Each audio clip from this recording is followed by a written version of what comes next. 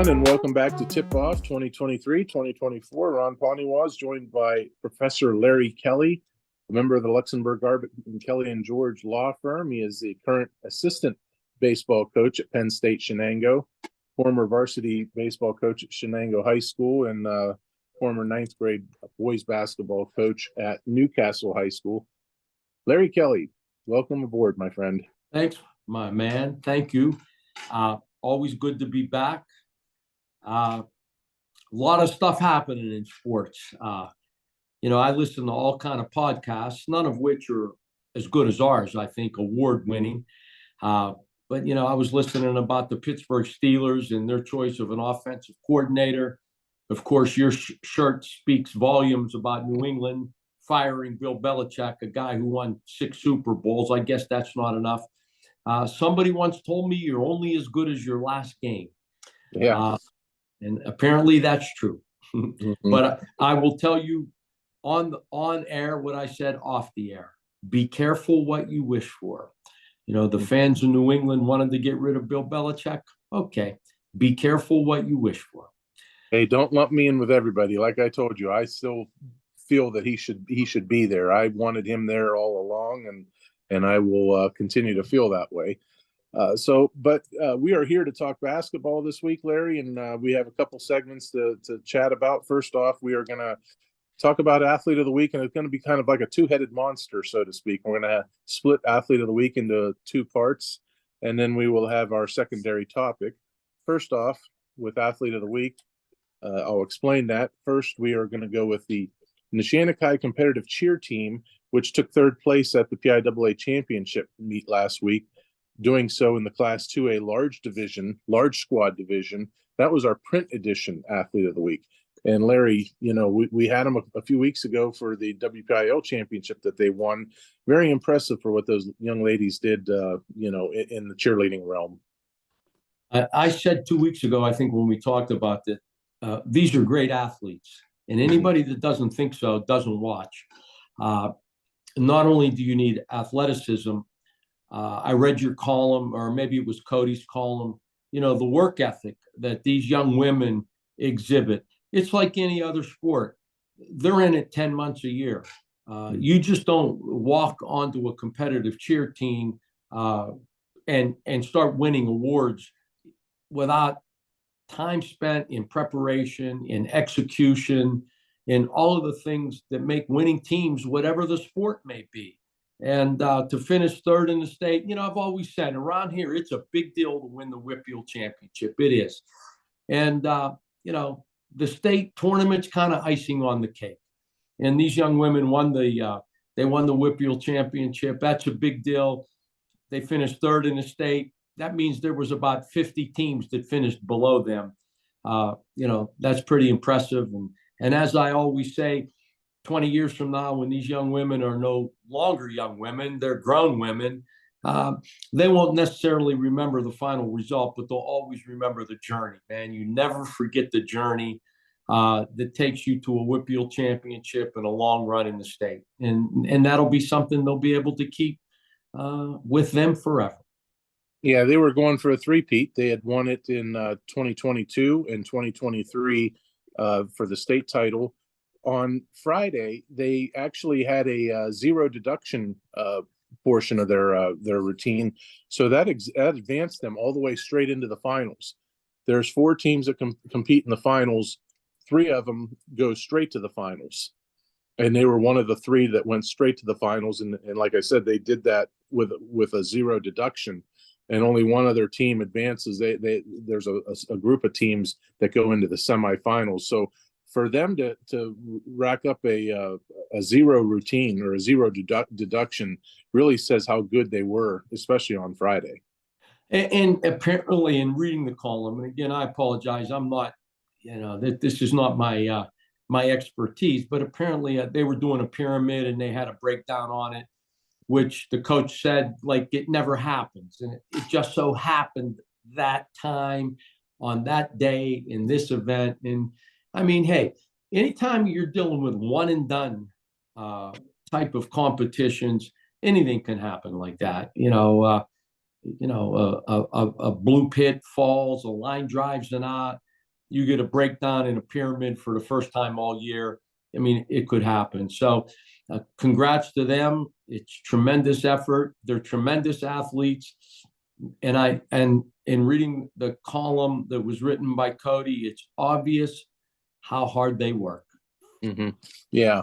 And it also speaks volumes of the level of competition that they were up against too, to have a 0 deduction and advance into the, that final round and still be sitting third going into the final round, even with a 0 deduction. That, and as the coach, Colleen Doctry, said, that the competition level of competition was extraordinary. Oh, I'm sure. I'm sure it is. When you get to the final 3 or 4 teams in the entire state of Pennsylvania, you're good. Everybody's good. There are no cupcakes at that level of competition. That's correct. So for the print edition, that is our athlete of the week. It's the Neshannock High competitive cheer team. For our purposes, in terms of basketball, Larry, let's talk about Joseph Roth. And if you remember last week, our secondary topic, we chatted a little bit about how they needed to go out and win at least one of those 2 games against Neshannock or Mohawk. They eventually clinched a playoff spot. They are in the playoffs. And I think that was a foregone conclusion. I think we all figured they were going to make the playoffs. It's just a matter of getting some momentum for yourself. And what did Joseph Roth do? Well, last week he had two performances. One game he had 31 points in a 54-47 win over Neshannock. Now it was a home win, and he backed that up with 51 points in an 82-77 loss to Mohawk. So he had 2 really good performances last week. Wow. I mean, you have to take care of home court, and they did against Neshannock. And, 54-47, a little bit of a lower scoring game. But here we go. Joe Roth has more than half the points. He has 31 points. And then in a shootout at Mohawk on the road, he has 51 of the 77. Wow. I mean, and these coaches know he's coming, and they're preparing for him, probably double teaming him every time he gets the ball. And to put up 82 points in 2 must-win games, and they did win one. Wow, it's impressive. He's an impressive athlete. As I said last week, he might be a better swimmer than he is a basketball player, and that's scary. This young man may swim in the Olympics one of these days. He's a tremendous baseball player. The whole family, the Roth family, both the boys, and I think there was one daughter that played. Tremendous basketball players, all tremendous athletes. The children of Rick and Denise Roth. These and not only are they tremendous athletes, they're tremendous student athletes, and they're classy performers. They're not hot dogs. I always talk about Malik Hooker, maybe the best athlete I've ever coached. He would tomahawk dunk on somebody, and he wouldn't stand over them like the wide receiver did from Baltimore, or beat his chest or throw the ball at him. Malik would tomahawk dunk on you and then run back and play defense. That's what the Roth boys do. I'm sure, and I didn't see the game, but if I were betting money, I'm sure when Joe Roth put up that 51 points, he did it in a classy way, because that's who they are. Mm-hmm. Yeah. Right now, as we sit here on Thursday evening, Ellwood City is 7-3 in Section 1 3A, 12-7 overall. In those 19 games this year, Joseph Roth has played all 19 games. He has scored 495 points. That's a 26-point average this season. And currently, he has 1,920 career points. Again, 1,920 career points. That is 10th on the all-time Lawrence County scoring list. 9th is somebody that Dick Allen. He's a wampum guy. How about that? Yeah. I think that Joe is about to achieve the Ellwood City scoring record. He's about 60 points shy of Danny Alloy, who was a great player at Ellwood City many years ago. The thing that's probably, I won't say more impressive than 1,900 points, but equally as impressive is the fact that I read he has over 1,000 rebounds. Mhm. over 1,000 rebounds, Ronnie. That's harder to do than score 1,000 points, at least in my book. Yeah. So where he sits at right now in ninth place with 1,920, I will give you the guy right in front of him, and he can still do a little bit of damage here. Michael Wells from Newcastle, 1,932, which means he's eighth. Naturally, Dick Allen is ninth. Dick Allen has 1,931. So I would imagine, and Dan Alloy, as you mentioned, he has 1,938. So really, with one good game that exceeds his scoring average, he should pass Dick Allen, Michael Wells, and Dan Alloy. And sixth is Warren Soliday, and he has 2,075. So for him to get that, they're going to have to win maybe 2 or 3 playoff games at least.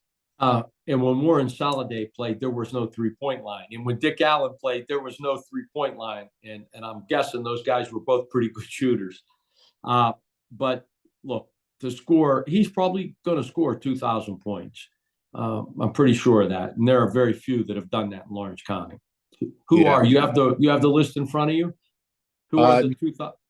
That's all I wrote down was Okay. the guy immediately in front of him.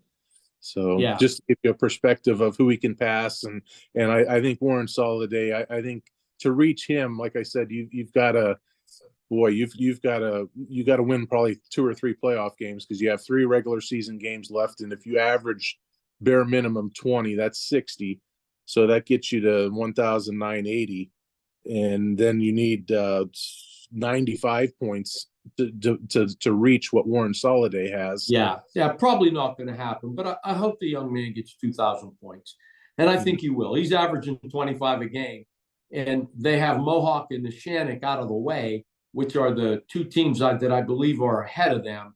So I won't say he has easy pickings left, but he's not going to face as stiff a competition as he's faced in his last 2 games. Mm-hmm. Then you just have to go on the belief of the coach. In this case, Dan Bradley. Does he keep him in for individual accomplishments, or does he say, "Hey, you know what?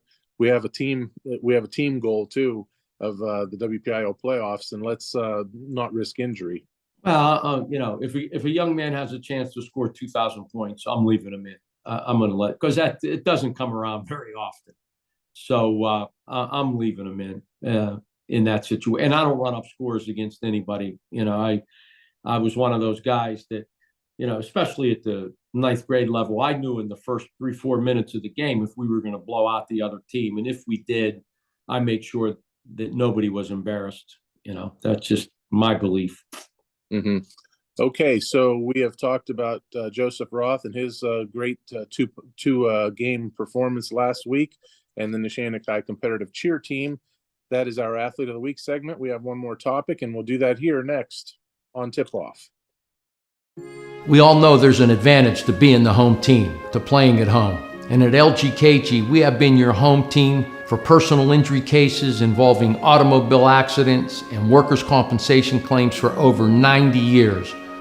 At LGKG, over 10,000 clients have trusted us to represent them. We know how to present your case to a Western Pennsylvania jury. We know what makes them tick. We know how to win. We're back with you here on Tip Off, and we are going to talk on this segment about the Neshannock High girls basketball team. And Larry, the Lady Lancers are playing very well this year, 6-1 in Section 1-3A as we enter Thursday night. This is prior to their road matchup at Riverside, and the Lady Lancers are 13-5 overall.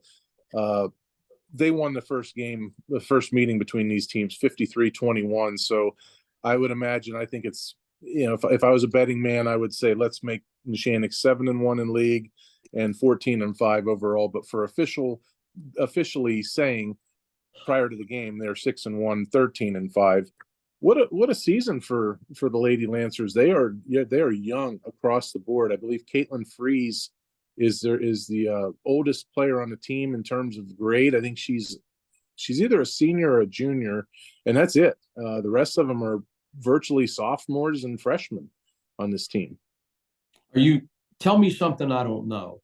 Mm-hmm. What are you going to tell me? Neshannock women's basketball is good? like I didn't know that. They've been good forever. You know, a couple of weeks ago, we were talking about some of the best coaches, the top 5, and we mentioned Ralph and John Miller. Look, Luann Grabowski got to be part of that conversation. A great high school basketball coach. And what makes her great is her dedication to the game. You know, she's a lot like Ralph in that everybody knows the X's and the O's, but, you know, she gets her girls to play harder than the other team. And that's what makes Ralph great. Our guys play harder than the other team. And Luann's committed to it. As we discussed before, she coaches the junior high team. You know, she's with these girls starting in August until the season is over. And for her, oftentimes that's not until April. Takes a couple months off. I know she goes to Florida, and then she's back coaching AAU in the summertime. So her girls are committed 10 months a year, and she's committed 10 months a year. And that's why you have sustained excellence. If you're not willing to do that, you're not going to be a championship program. I know this. You understand? I've been involved with programs who were willing to do that, and I've been involved with programs who were not willing to do that. You want to be a championship program, you better be willing to pay the price and be committed, or else you're not going to achieve those kind of goals. And it's a heavy price to pay. Girls want to go swimming in the summertime. They want to go to the mall. They want to go shopping. Neshannock girls practice, and they're in AAU basketball. And, you know, Luann's committed. And that's what makes her teams great and her great. So you're not telling me anything I don't know, Ronnie. You're just not. All right. We are going to probably witness a little hedging action from Larry Kelly here. So I will explain that a little bit. Let's say back in August, Larry Kelly puts a significant amount of money on the 49ers to win the Super Bowl. Well, he can lock in a profit and put down money this week on the Chiefs. That'd be hedging. So, Larry, this is your chance to hedge. You've always preached that it's tough for 14 and 15-year-olds to win in high school against seniors and juniors. And look at Neshannock's roster.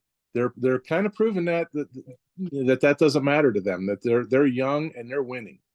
Well, that's a portent of things to come, because it doesn't happen often, Ronnie. I can point back when Newcastle under John Chirandria made their run, right? 97, 98, 99. We started with Eddie Pegley, David Young. These guys were Pat Kane. They were sophomores. They were sophomores playing against seniors. Justin Ferris was 1 year older. He was a junior, but age-wise should have been a sophomore. He was young for his grade. That team won 3 Whitfield championships in a row because you have special players. It doesn't happen often. It just doesn't. You know, our Newcastle team, you know, that made a run with Anthony Richards and Malik Hooker and Sean Anderson. Those guys were young when they started, but we didn't win that Whitfield championship that first year. We didn't. Then after that, we ran off 3 in a row. But, you know, I suspect that she has a great group of talented young girls. I don't know if they're going to be a favorite to win a Whitfield championship, because they're going to run into older, more mature teams. They are. And statistically, they probably won't win, because out of every one of those teams that are playing freshmen and sophomores, 1 out of 10 can go to distance and win a championship. But I'll say this, if this team is that 1 out of 10, they're going to win the next 2 after that also. I mean, that's just the way it goes, but it doesn't happen often, Ron. It just doesn't. I've been around I don't like having gray hair, brother, but I earned it. It doesn't happen often. You need special players to win as freshmen, sophomores, when you're playing upperclassmen. Look at Newcastle High School. We're playing basically 2 seniors, and the rest of these guys are freshmen, sophomores, juniors. And the best coach in Western Pennsylvania is 1-6 in the section. Why? We got young guys playing against older, senior-dominated teams. It just doesn't happen often, but when it does, it's special. Mm-hmm. I'm not sure if you remember about a week or so ago, the Neshannock girls lost their one and only league game against Ellwood City. And defensively, Neshannock didn't look that great. They gave up 49 points in the first half, which Luann later said that's the most that her teams have ever gave up in a first half.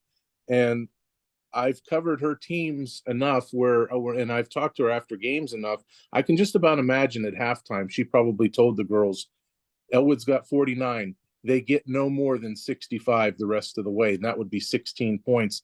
I think Ellwood finished with 67. It was still too many because they lost, but they got right back in the game because of that defense. In women's basketball, I followed it for a long time because my daughters played. The goal is 10 points or less each period. That is, keep them 40 or under. And if you do that, you got a pretty good chance to win a game.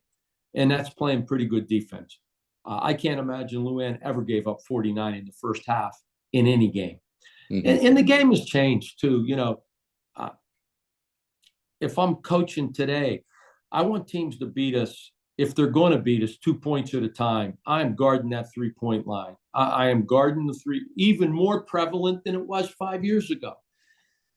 We got teams taking 20, 30, 40 3-point shots a game now. And, you gotta, if you're going to beat Larry Kelly's team, I'm going to make you beat me 2 points at a time. I'm switching all the screens. I'm not going underneath any screen. I mean, I am going to make you beat me 2 points at a time because that 3-point play has changed the game. I imagine when Ellwood scored 49 and a half, I bet they had a bunch of 3-point field goals. Yeah, that I can't remember that, but Larry, it's official now. They lost that game, so there's nothing you can do about it. You can't erase it from the history books. And no coach wants to lose ever. But I guess moving forward, is that going to be the best thing that could happen to them, learning from whatever happened in that game? I've always said as a coach, I learned more about myself and my team in defeat than I ever did in victory.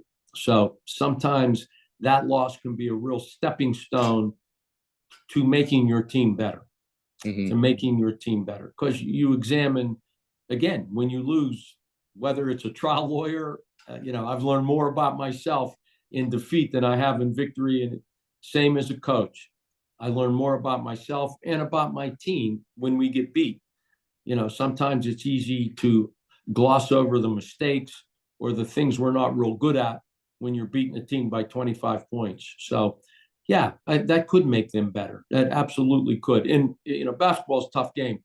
It's very difficult to go undefeated. I mean, it hasn't happened very often, has it? I mean, Newcastle, we did it one year. We went coast to coast undefeated. We've been through a couple WPIL seasons undefeated, but again, it was because we had special players who were starters from the time they were in ninth grade, and then by the time they become juniors and seniors, they're pretty much unstoppable. Right. Okay, Larry, Luann has pretty much done it all. Section titles, district titles, she's won a state title. All the years that she's coached, won over 700 games. There's no right answer or wrong answer, just your opinion. Is this the best coaching job that she has done because of that young roster that she has? It's hard to say. I haven't seen him play in person. The year after they lost the state championship game and they went back and won it, that's the toughest thing to do, is that when you go the distance and lose that last game, there's a hangover. They used to call it the Super Bowl hangover.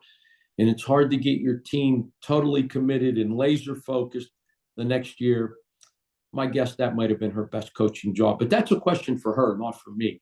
I mean, right. She does it right. She's good at what she does, and she's committed, and she gets her kids to play hard. She understands the X's and the O's.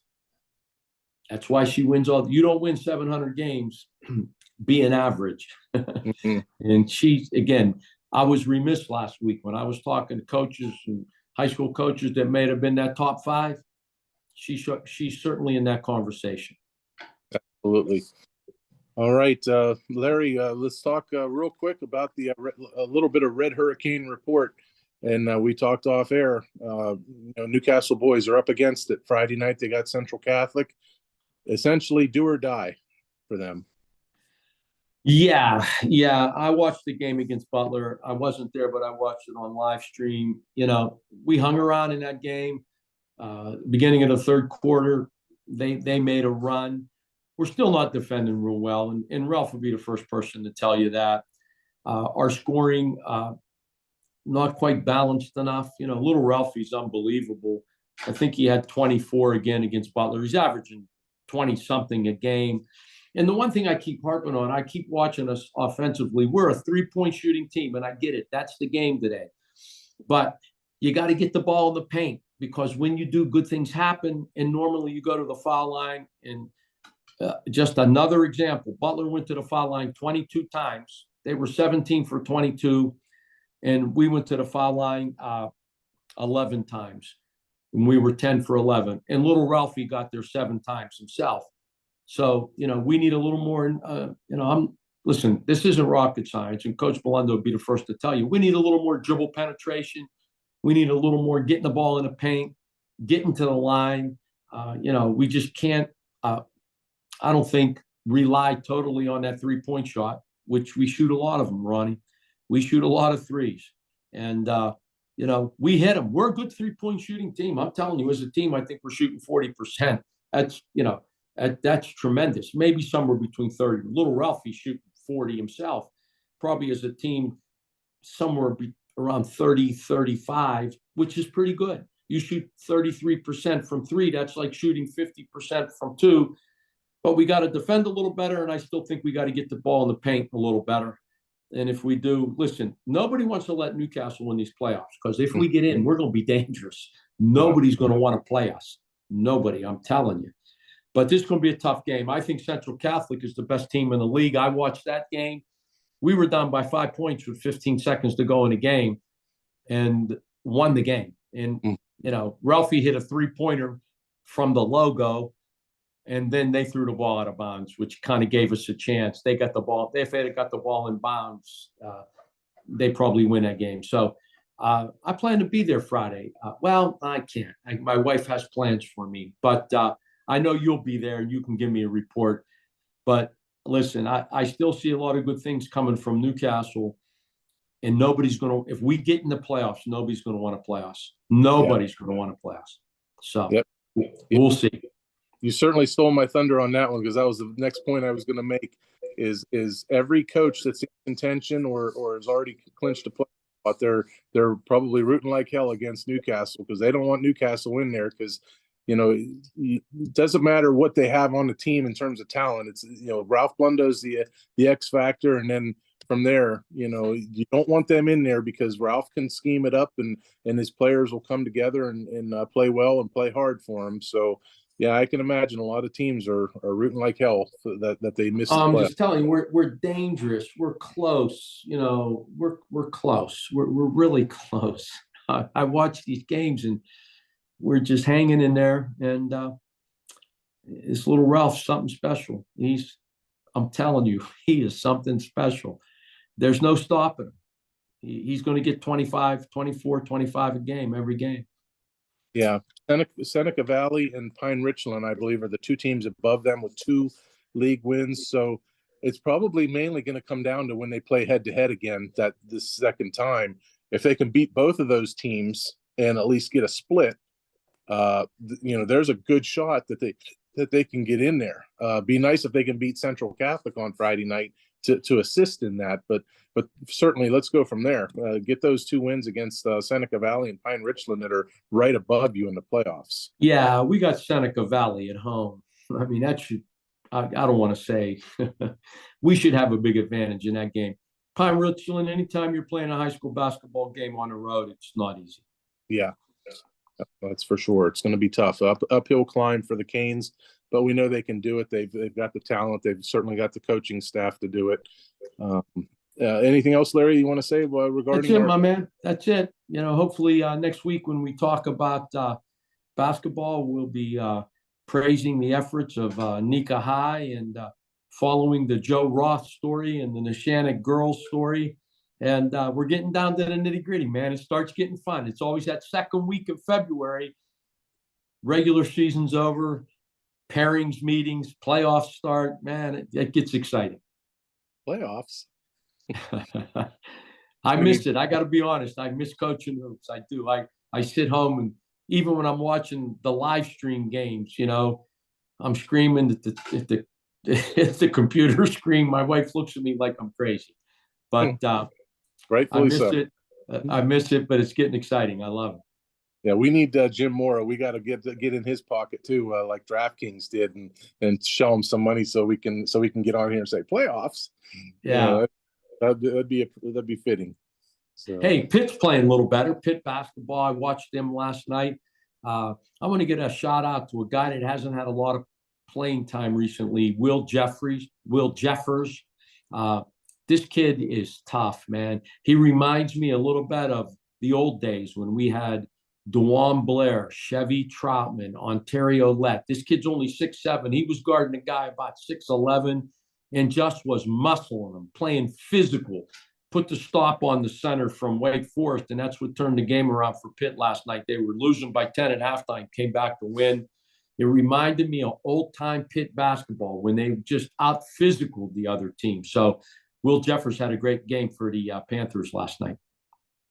Okay, very good. That's how we will end it this week. Go out and enjoy your team's games. Root on your local schools, your players, and we'll be back here next week as we start talking who's in the playoffs and who's out. And we'll do that next week. He's Larry Kelly. I'm Ron Poniewasz. Thanks for joining us, everybody. We'll see you next week.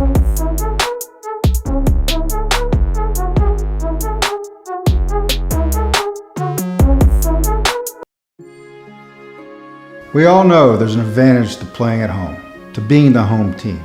At LGKG, we've been your home team personal injury attorneys for auto accident and workers' compensation cases for over 90 years. We know what works and how to win. We have all the credentials. At LGKG, we don't take every case. We handpick our clients so that we can give you the attention you deserve.